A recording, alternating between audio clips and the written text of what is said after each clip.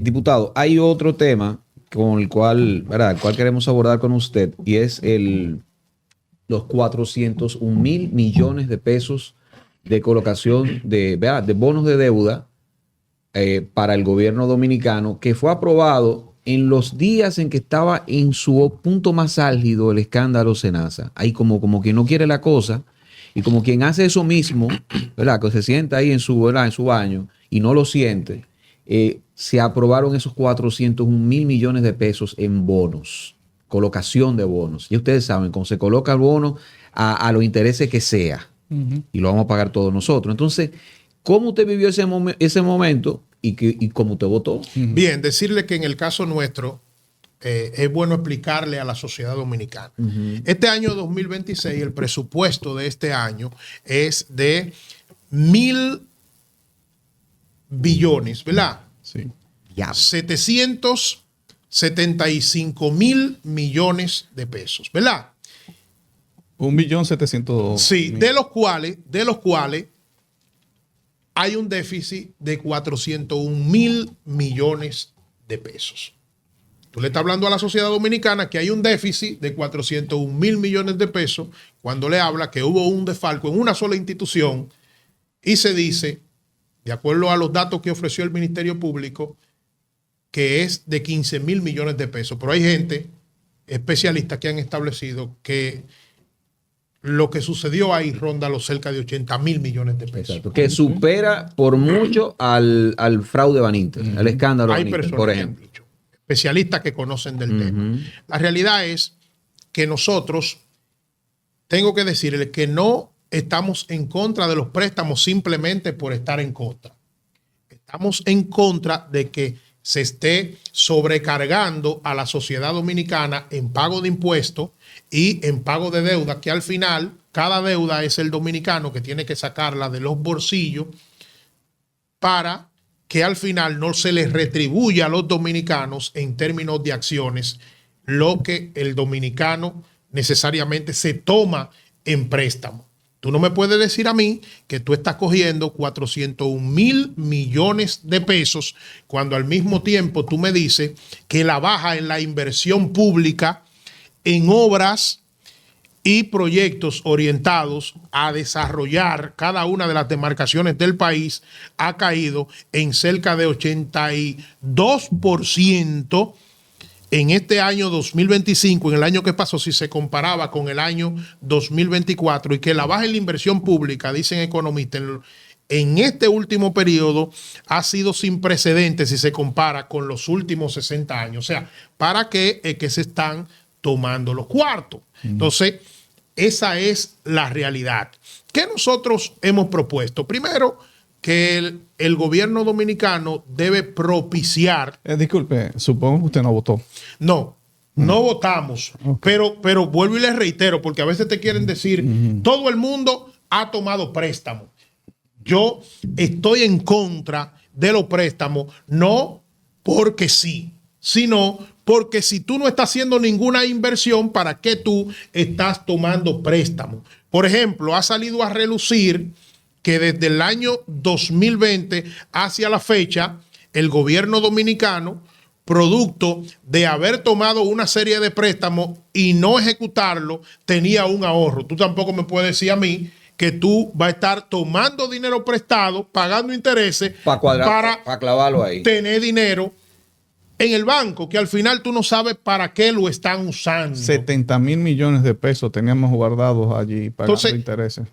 Esa es la realidad.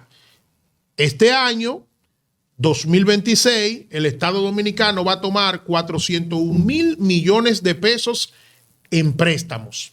Para solventar ese presupuesto. El Estado Dominicano no, Luis Abinader. Bueno, a su plena voluntad.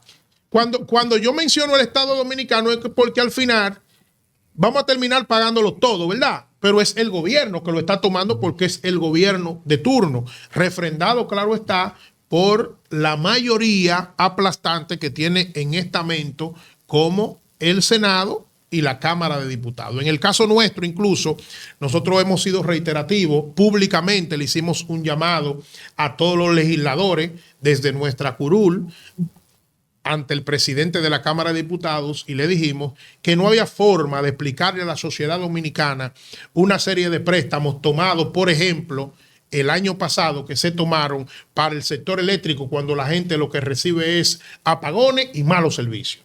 Que lo más que se podía hacer en ese Congreso es que como el gobierno utilizaba su mecanismo para votar esos préstamos, que se conformara una comisión de veeduría de legisladores para establecer cada peso en qué se está invirtiendo. Entonces, nosotros hicimos ese pronunciamiento en su momento, mismo que el presidente de la Cámara públicamente dijo que sí, que valía la pena eso, pero al final no accionó en ese particular. En el caso nuestro, no hemos votado por ninguno de los préstamos que se han presentado en todo el proceso que hemos estado como legislador. Pero quiero establecer claro, cuando a mí se me dice que se va a tomar un préstamo para hacer una inversión que tenga un retorno de manera real, nosotros estaríamos a favor de esto. Ahora, nosotros lo que no estamos a favor es que, diciéndolo de manera popular, cuando usted está en un barrio, para que la gente lo entienda, en una demarcación determinada, usted coge un préstamo y camino a su casa, lo gasta y usted ni siquiera en cuenta se da en qué lo está gastando. Al final usted queda con la deuda y no tiene absolutamente nada. Y eso es lo que estamos viendo. Porque cuando tú caminas el país, que los propios datos del mismo gobierno te establecen la gran baja que ha visto en obra, tú dices, bueno, será para pagar gasto corriente que se está utilizando, para pagar nóminas, para pagar otros aspectos, porque no se están haciendo las obras necesarias en beneficio de la ciudadanía. Bien, para que nos explique la diferencia que hay entre los bonos de deuda que se aprobaron ahora, esos 400 mil millones, y estos estos préstamos ordinarios que nos tienen cansados y que ha sido el foco de crítica de este gobierno. Pero esos préstamos ordinarios se piden a instituciones como el Banco Interamericano de Desarrollo y otras instituciones, las cuales tienen un bajísimo nivel de interés y las cuales están sujetas a un proyecto. Es decir, te prestan dinero, pero en base a un proyecto, en base a algo que tú vas a hacer. Y aparte de eso, hay cierta supervisión de ese organismo internacional a lo que tú vas a hacer, porque tú dijiste que necesitabas ese dinero para hacer X cosa. Y cierta supervisión. Ahora, esto de bono de deuda, en lo cual el presidente dice a su Congreso, miren, yo necesito 400 mil millones de pesos. Apruébenme eso. No sé qué obra voy a hacer con eso. Ahora mismo no tengo tiempo para pensar en qué obras yo voy a distribuir ese dinero. No tengo tiempo ahora para pensar eso. Lo pensaré después. Apruébenme eso para no estar con el asunto de cada vez que se presente una obra, de tener que ese proceso de que ustedes lo estudien, me autoricen. No, apruébenme de un solo fuetazo 400 mil millones y yo después veré cómo lo gasto, cómo lo pido. Eso. Entonces eso tiene un peligro, que es, recuerden, los préstamos que se hacen al Banco Interamericano de Desarrollo y a otras instituciones, repito, tienen una tasa de interés prácticamente sin fines de lucro. Prácticamente. Pero estos 400 mil millones de pesos que el presidente va a tomar cuando él le dé la gana y a quien él quiera, va a ser a tasas de intereses al que le compre. Es decir, si él va a BlackRock, fondo de inversión, ya tú sabes lo que son los dueños del mundo. Y dueño de Barrick. El dueño de Barrick. Y le dice a BlackRock, mira, cómprame estos tantos bonos. ¿Cuál es el interés? BlackRock le va a cobrar unos intereses altísimos. A no le va a importar, porque no es él que lo va a pagar. Pero entonces, el Congreso ya no va a tener votos ahí. El Congreso no le va a poder decir a Luis Abinader, mire, BlackRock le va a cobrar un 20% de interés, eso es demasiado. Abinader le va a decir, ustedes me autorizaron a gastar este dinero como yo quiera. No pueden hacer nada. Entonces, tomando en cuenta eso de que el presidente ya ha tomado 3 veces en lo que va de gobierno, en sus 2 gobiernos, 3 veces este sistema de bonos de deuda. Creo que el primer bono fue 200 y pico de mil millones, el otro 300 y pico de mil millones, hasta 400 mil, y el hombre va rompiendo su propio récord cada vez. No se armó ninguna discusión para evitar que esto se diera. ¿Cuál fue la posición de ustedes? Entiendo que ustedes no votaron por eso. ¿Cuántos diputados se negaron a esto? ¿O hubo algún diputado del partido de gobierno que se negó a votar por esto? Cuéntenos, ¿cómo se dio esa discusión? Decirle que están endeudando al país, están endeudando a tus nietos. Bueno, para decirle que desde el 2024 hasta la actualidad, el gobierno ha tomado cerca de 60.000 millones de dólares en préstamo. Habría que preguntar cuál ha sido la inversión que se ha hecho con esos 60.000 millones de dólares, ¿verdad? Cuáles son las obras que han hecho en cada una de las demarcaciones. Sí, recordarle lo que le manifesté ahorita, que cifras del propio gobierno establecen que la inversión, la baja en la inversión pública ha sido sin precedente en los últimos, en este último periodo, si se compara con los últimos 60 años. La realidad es que hay un presupuesto que presenta el gobierno. El presupuesto es deficitario. Dentro de ese déficit, el gobierno te dice, para cubrir el déficit, tenemos que salir a buscar dinero prestado. Vamos a hacer esta obra, vamos a hacer esto, y con esto vamos a buscar ese préstamo para eso, o esos préstamos, ¿verdad? Lo distribuye en el año 2026, en este caso, que es el año actual. En el caso nuestro, revisamos minuciosamente cada uno de los procesos. La oposición en pleno votó en contra de los préstamos. La oposición completa, por la realidad que le presento.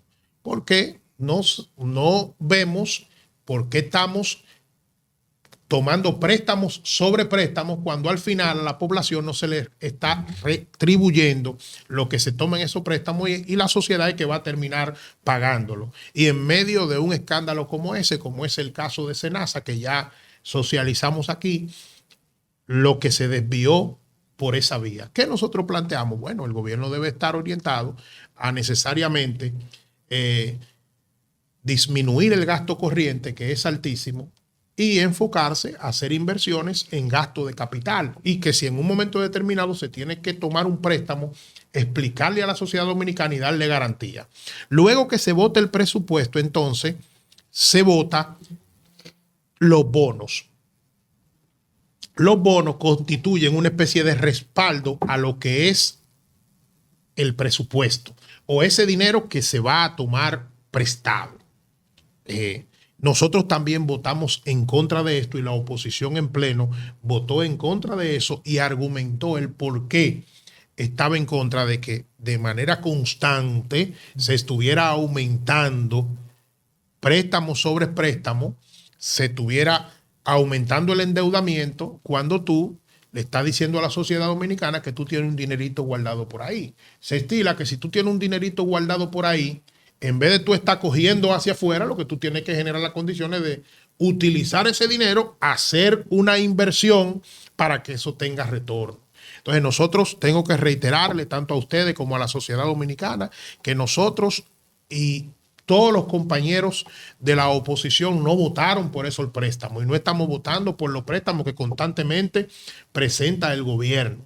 Fuimos nosotros que en un momento determinado denunciamos ante la población que se tomó el hecho en que la sociedad dominicana estaba expectante en torno a lo que tenía que ver con el Código Penal.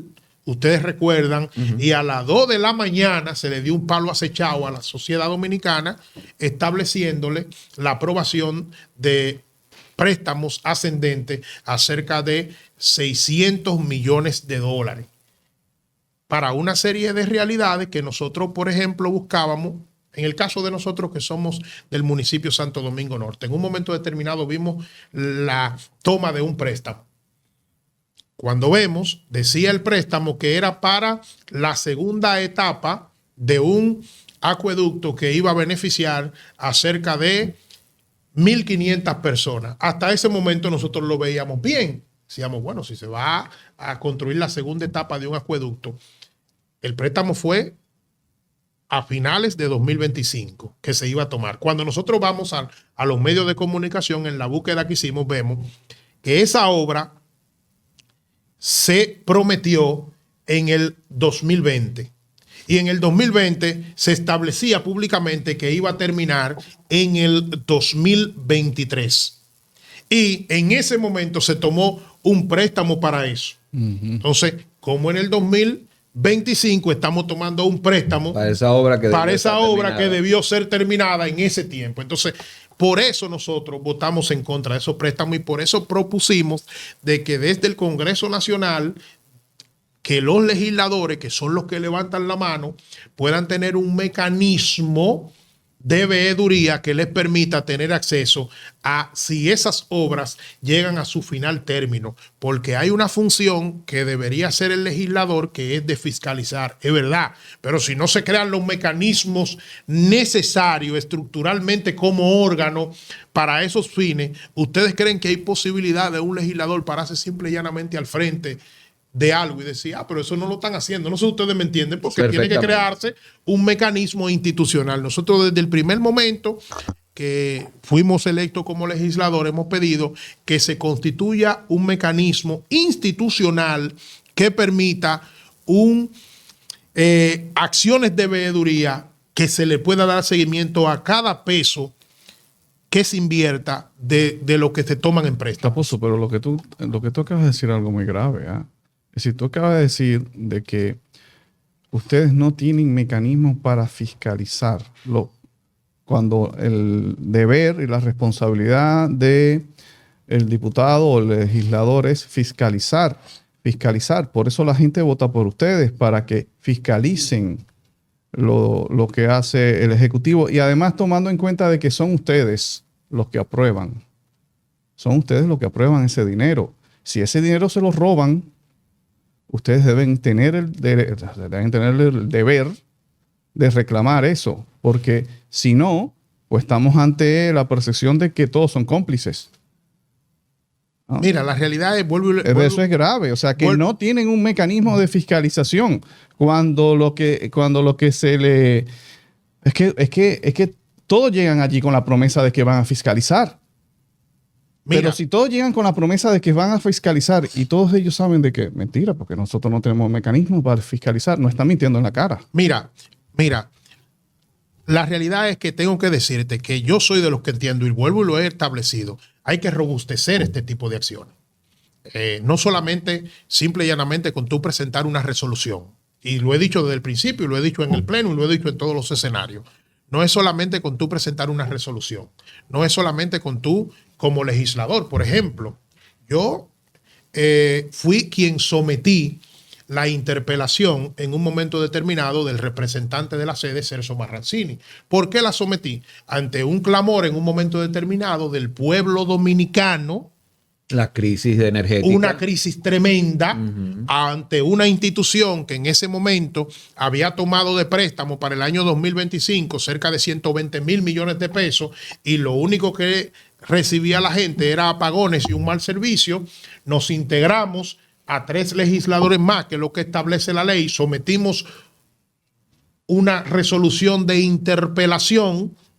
Luego de eso, la oposición en pleno se agrupó alrededor de nosotros, se armó un gran revuelo en los medios de comunicación, pero el aparato gubernamental utilizó su mayoría aplastante para desestimar esta acción y que esta acción quedara en una nebulosa y quedara en el aire. Eso es lo que pasa en las praxis.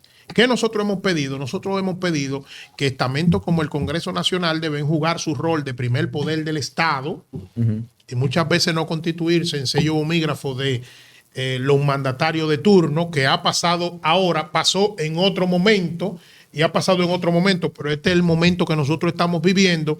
Y cuando nosotros pedimos que se generen las condiciones de crear mecanismos de control reales, es que tú como ente, si no tienes los mecanismos de controles reales, de manera institucional, de manera organizada, donde se crea una comisión de veeduría, como yo lo he que no sea frenado, por una mayoría de seguimiento, a donde hay una responsabilidad real, a donde la sociedad dominicana, pues yo estoy seguro que cada uno de esos legisladores que quizás por una línea partidaria levantaron la mano para que decir que no interpelen al ministro, al representante de la sede, vivían en sus demarcaciones la realidad de los apagones y su gente la vivían también. Claro. Entonces, Sí. y la gente le exija que hay que actuar con responsabilidad, al final pasa lo que sucede, que sucedió algo en Senasa que puso en tela de juicio todo el aparato de prevención en contra de que cosas como esta no lleguen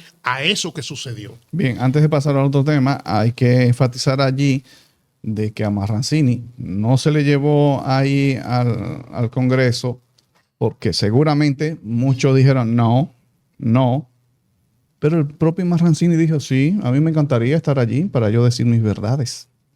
Aún él diciendo sí, invítenme, los tipos dijeron no. De acuerdo. Me iba a salir uno, diputado. Óigame, usted habló de interpelación y a propósito de interpelación que no se produjo, hubo otra que usted manifestó, ¿no? Y digamos, ¿promovió? Lo promovió. Es una interpelación a la ministra de Interior y Policía, Farideh Raful. ¿Por qué interpelarla? No, la realidad es que en su momento se llamó, hubo varios legisladores que depositaron un proyecto de resolución para llamar o interpelar a la ministra ha pasado con otros ministros también, ¿verdad? Pero en este caso, la ministra de Interior y Policía, por entender que había una serie de acciones que se estaban llevando a cabo que necesariamente no corresponden a lo que debería ser una política contra la inseguridad ciudadana. En los medios de comunicación y en las redes sociales se veían a diario muchos atropellos a la ciudadanía. Contrario a esto, no se presentaba un plan claro en torno a qué se estaba haciendo y qué se debería hacer para brindar seguridad a la sociedad dominicana. Nosotros estábamos conteste con esto.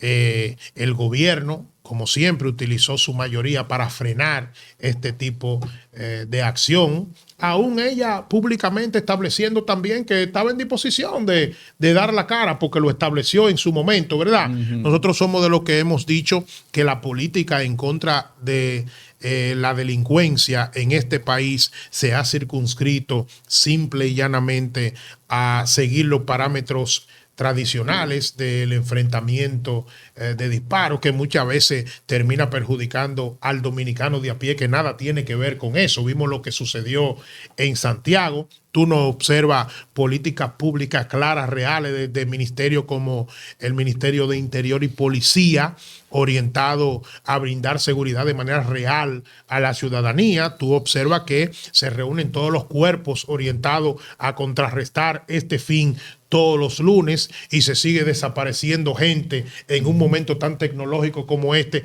y pasa por un momento catastrófico, se desaparece la gente, las familias quedan en el aire y ningún organismo le da una respuesta en torno a lo que sucedió ni lo que pasó. Nosotros entendemos que la criminalidad y la delincuencia y la inseguridad ciudadana hay que enfrentarla con políticas públicas claras. En ese momento se llamó a la ministra utilizando todo el aparato legal que han obtenido a través de la democracia. En democracia hay que saber actuar cuando se está en mayoría y cuando se está en minoría. En el caso nuestro, por ejemplo, siempre esto lo traemos a espacios como este, porque muchas veces en el espacio que se pueden lograr los cambios reales están copados por esa mayoría aplastante que actúa sobre la base de líneas partidarias y paran este tipo de cosas. Te paran una interpelación que puede utilizarse para mejoría de todo el país, quizá para que el funcionario cambie su accionar y al final siguen las cosas iguales, en desmedro de la sociedad en sentido general. Sí, lo que dices de que no hemos visto un mecanismo de parte de Interior y Policía para contrarrestar esos intercambios de disparos, esos accidentes. Y lo que hemos visto es que en los últimos días se ha incrementado una actitud de la policía que propicia que pase algo, que propicia esos accidentes.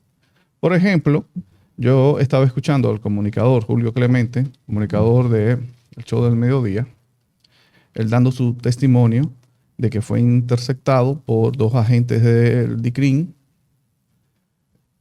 sin identificación, sus nombres no estaban identificados, fue interceptado en un parqueo, los desmontaron, le pidieron identificación y lo que le dijeron fue que su perfil era sospechoso. Bien, tengo otro testimonio de una conocida que iba en su vehículo y fue perseguida por la policía. Le dieron persecución. La zona estaba oscura. Ella decidió seguir hasta llegar a un punto claro y ahí se detuvo. Los policías se le pararon al frente del vehículo, le tocaron el cristal, la vieron y le dijeron, continúen. Pero fue una persecución que le hicieron. Entonces, en esos 2 casos, por ejemplo, en el caso de Julio Clemente, si es una persona que se pone nerviosa, se altera o algo, ahí pudo haber pasado cualquier cosa. Y en el caso de la joven, que ella dijo, bueno, esto es una persecución, déjame yo acelerar para llegar a un punto claro, porque esto está muy oscuro. ¿Qué hubiese pasado si es una persona que se pone nerviosa, acelera, choca a un agente o cualquier otra cosa? Y estos 2 testimonios fueron recientemente. Y me parece que no han aprendido, las autoridades no han aprendido de esto. Si están parando a la gente de que por perfil sospechoso. Y más, señores, y le voy a decir una cosa. En medio de este caos que hay en Santo Domingo, este caos en el tránsito, por culpa también de una total negligencia de parte del organismo que tiene que regular el tránsito y la red semafórica, que no es inteligente, que sigue siendo bruta en el año 2025, pues la gente anda un poco estresada en la calle como para que tener que lidiar con un policía que le dice que su perfil es sospechoso, ¿no? O sea, ¿me entiendes? Y entonces tener que pensar, pero es que a mí me pasan a cada rato motoristas sin casco en motocicletas que sí tienen perfil sospechoso. Sin casco y calibrando. Sí, y calibrando, y andan en grupo y nada, no pasa nada. O sea, a mí que yo voy estresado, que quiero llegar a mi casa tranquilo, a mí que me paran. Oye, cualquiera pierde la paciencia, ¿eh? Mira, cuando hablamos de política pública clara, cada comunidad tiene su realidad. Yo no veo al Ministerio de Interior y Policía, que está llamado a diseñar las acciones tácticas orientadas necesariamente a prevenir y a dar más seguridad a la sociedad dominicana. Yo no veo a estos entes reuniéndose con los dirigentes comunitarios de las distintas zonas, explicándoles qué es lo que está pasando aquí, por qué aquí está tan desbordante la delincuencia, qué ustedes necesitan. Tú mencionabas algo, cuántas escuelas de Infotep hay diseminada en cada una de las demarcaciones del país, qué está haciendo el Ministerio de Cultura para involucrarse en los barrios, el Ministerio de la Juventud más allá de las 4 paredes, que ha sido catastrófico. Y lo del que ha vivido, premio anual que ya no tiene ningún tipo de impacto. Y que ha sido catastrófico lo que ha vivido este ministerio. Todos los ministros de esa entidad que han pasado por este ministerio, tú ves en qué condiciones han terminado. Y una serie de realidades que uno observa, que necesariamente uno entiende que en materia de seguridad las cosas en el país no andan bien, a pesar de que nos quieren manipular las cifras. ¿Por qué? Porque te quieren comparar la República Dominicana con El Salvador, cuando la criminalidad en El Salvador desde el año 90 viene organizada, cuando la criminalidad tiene un carácter ideológico en esos países, ya ustedes lo saben, ¿verdad? Entonces no quieren comparar la República Dominicana con El Salvador. Que es más pequeño, que es un país mucho más pequeño. Con Honduras, no quieren comparar con esos países. La inseguridad ciudadana tiene otra característica en nuestro país. Claro que sí. A pesar de que el crimen organizado se ha ido introduciendo, pero es porque le han dado cabida. La criminalidad tiene otro aspecto. La criminalidad aquí se enfrenta integrando a los dirigentes comunitarios, llevando soluciones y realidades a los barrios, generando las condiciones de ver las características que tiene cada una de las demarcaciones y otros aspectos. Definitivamente. Diputado, para terminar, ¿cuál es su postura ante la cesión de República Dominicana de nuestros aeropuertos a los Estados Unidos? Donde está comprobado, hubo aviones de los que estaban ahí, estaban haciendo supuestamente ejercicios que el día del operativo contra Nicolás Maduro no estaban. Y eso Diario Libre lo publicó, o sea, no nos lo estamos inventando. ¿Qué usted opina de eso? ¿Cómo manejó el presidente esta vaina? Eso debió pasar por el Congreso, como pasó en Perú, como bien lo hemos detallado en más de una ocasión. El Congreso dijo, bueno, ustedes van a hacer ejercicios militares, pero tienen que... Un inventario. ¿Cuántas armas van a entrar? Espérate. ¿Cuántos efectivos extranjeros van a entrar? Y va a haber capacitación para lo de nosotros. Claro. ¿Por qué tiempo? ¿Por qué tiempo? Tal tiempo. Eso lo hizo el Congreso allá en Perú. Entonces, ¿qué usted opina de? Mire, a pesar de que entendemos que se utilizó estratagemas legales para legitimar este proceso, a donde se hablaba de que se amparaba en un acuerdo que fue iniciado a principios de la década de los 90 y ratificado posteriormente a principios de la década del 2000, nosotros establecimos desde el primer momento que acciones como esta debían pasar por el Congreso Nacional y debieron ser más clarificadas, explicársele a la sociedad dominicana en qué consistía, qué estábamos cediendo en torno a esto, que nosotros como nación, qué papel íbamos a jugar de manera real. ¿Por qué? Porque nosotros mismos en un momento determinado vivimos los embates de estas realidades que quizás están viviendo otros países. Nosotros en su momento entendimos que acciones como esta necesariamente debían ir al Congreso Nacional para ser más clarificadas y ver hasta qué punto nuestro país está cediendo su espacio en torno a este acontecimiento. No se hizo, se realizaron las acciones, hemos visto posteriormente lo que se está desarrollando, pero en estos momentos, señores, donde la sociedad está tan empoderada, cualquier acción que se vaya a hacer necesariamente hay que hacerse lo más clarificada y transparentada posible. Claro, mire, pero usted dice que fue amparada en un asunto legal del año 95, rectificada año 2000. Sí, pero Hipólito, no vino de Hipólito. Sí, pero primero, lo que se habló allí nunca fue lo que se hizo ahora. Nunca fue lo que se hizo. Operaciones militares de efectivos extranjeros. Eso no fue lo que se habló. Aparte de que ya en el 2015 hubo una sentencia del Tribunal Constitucional que le negó a Danilo Medina eso mismo que estamos viendo ahora. Recuérdate que yo no dije la palabra amparada per se, yo dije se utilizó estratagemas legales. Una manipulación. Estratagemas legales. Por ejemplo, aquí se ha declarado de emergencia procesos y se utiliza estratagemas legales y no pasa por el Congreso. Ustedes vieron cómo en un momento determinado se declaró de urgencia las compras para el sector eléctrico. ¿Ustedes recuerdan? Claro. Y en otro momento determinado también se declaró de urgencia las compras para una serie de provincias que resultaron afectadas producto de una tormenta que pasó recientemente y al final pasó la tormenta, las demarcaciones han seguido iguales y eso se declaró de emergencia y no pasó por el Congreso Nacional. Para eso, ¿qué se utilizó? Se dijo, bueno, lo que pasa es que la ley de compra y contrataciones establece que el presidente de turno, amparado por recomendaciones de distintas entidades en torno a una situación que pasa en una determinada demarcación, se puede declarar de urgencia las compras. Nosotros siempre hemos entendido que cosas como esa deben pasar por el Congreso Nacional. Una barbaridad, una barbaridad. Se podría decir, señores, que el presidente en muchos aspectos gobierna por decreto. Sí. Miren. Y mire, diputado, es así. La oposición en Argentina, que no es poca, se queja de eso de Milei.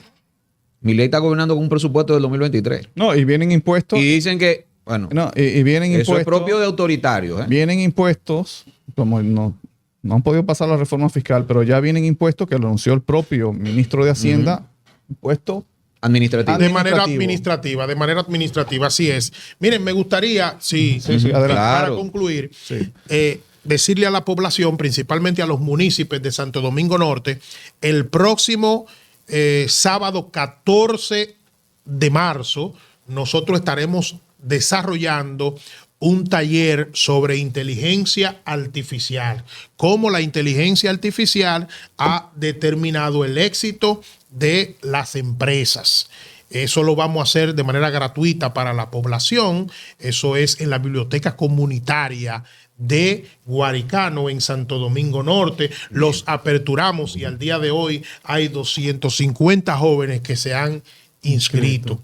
Estamos viendo la posibilidad incluso de aperturar otra fecha porque se ha desbordado, de verdad que sí. Eso nos ha demostrado cómo los jóvenes han estado integrados y quieren desarrollo y quieren echar hacia adelante. Claro, sábado 14 de marzo. Sábado 14 de marzo, Biblioteca Comunitaria de Guaricano, de 9 de la mañana a 12 del día. Muy bien. Perfecto. Pues muchísimas gracias al diputado por el Partido Revolucionario Dominicano Nacional, diputado nacional Ramón Raposo, por estar con nosotros en La Quinta Pata.